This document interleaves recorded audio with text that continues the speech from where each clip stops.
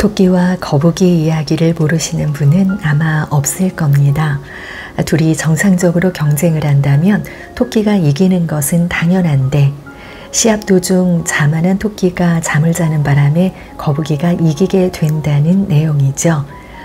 이 이야기는 아무리 재주가 좋은 사람이어도 최선을 다하지 않으면 실패한다는 것, 반대로 능력이 부족해도 꾸준히 노력하면 성공할 수 있다는 것을 우리에게 일깨워 주고 있습니다.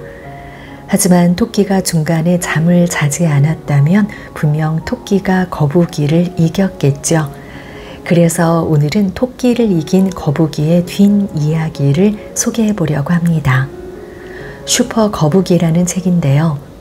요즘같이 지나친 경쟁사회에서 내가 왜 달려야만 하는지도 모른 채 앞만 보고 달리는 분들에게 소개합니다.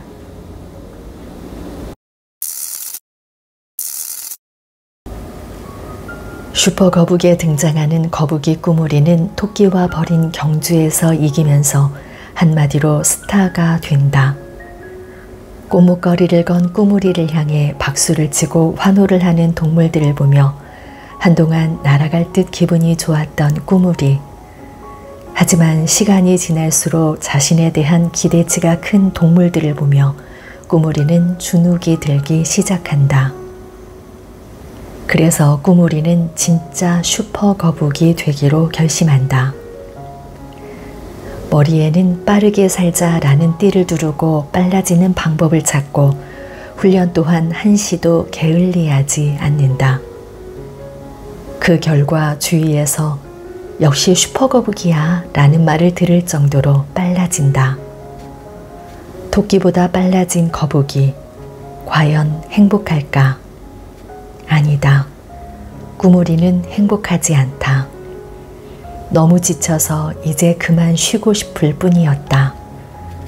하지만 자신을 향한 기대감 때문에 그럴 수 없다. 그런 와중에 토끼가 또다시 실력을 겨루자는 도전장을 보내온다. 지쳐 쉬고 싶은 꾸물이었지만 마지못해 경주에 나가게 된다. 그동안의 노력 때문인지 시합이 시작되자마자 꾸물이는 토끼를 훨씬 앞지르게 된다.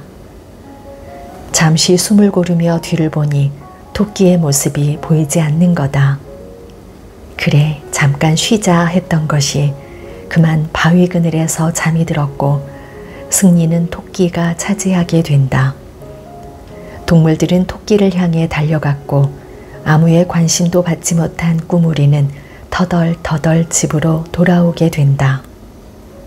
하지만 마지막 장의 반전, 아주 오랜만에 단잠에 빠져든 꾸물이의 표정은 행복 그 자체였다. 꾸물이처럼 열심히 산다는 건 좋은 일이다.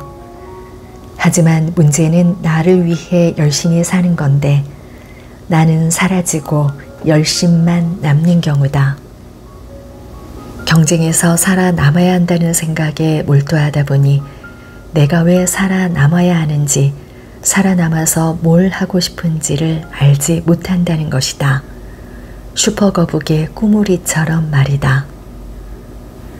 꾸물이가 토끼를 이길 수 있었던 것은 자신이 빨라서가 아닌 건데 자기에게 보내는 기대와 찬사, 관심을 잃을까 두려워 넘치게 훈련을 하고 조바심을 내다가 결국 스스로를 놓아버린 것이다. 더 나은 내가 되기 위해 노력하는 행위 자체를 폄하하는 것은 아니다. 어제보다 더 나은 내가 되기 위해 자신을 다독이고 노력한다는 것은 분명 박수받아 마땅한 일이다.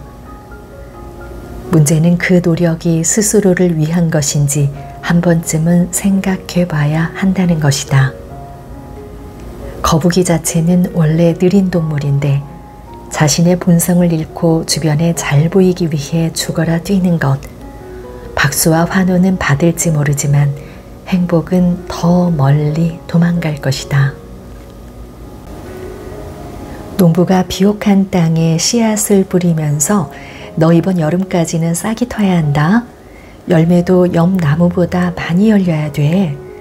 이렇게 아무리 명령을 해도 나무는 그냥 자기가 자라고 싶을 때 자라고 자신이 맺고 싶은 만큼의 열매를 맺게 됩니다.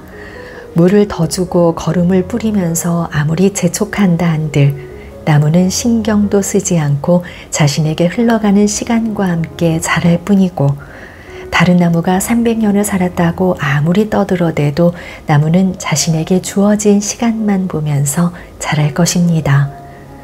물론 우리는 더불어 사는 세상에 살고 있기에 수없이 만나는 사람들을 무시하면서 살 수는 없습니다.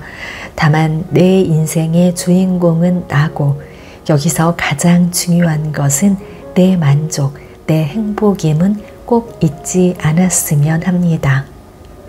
라임의 책다락방 다음 영상에서 다시 만나요.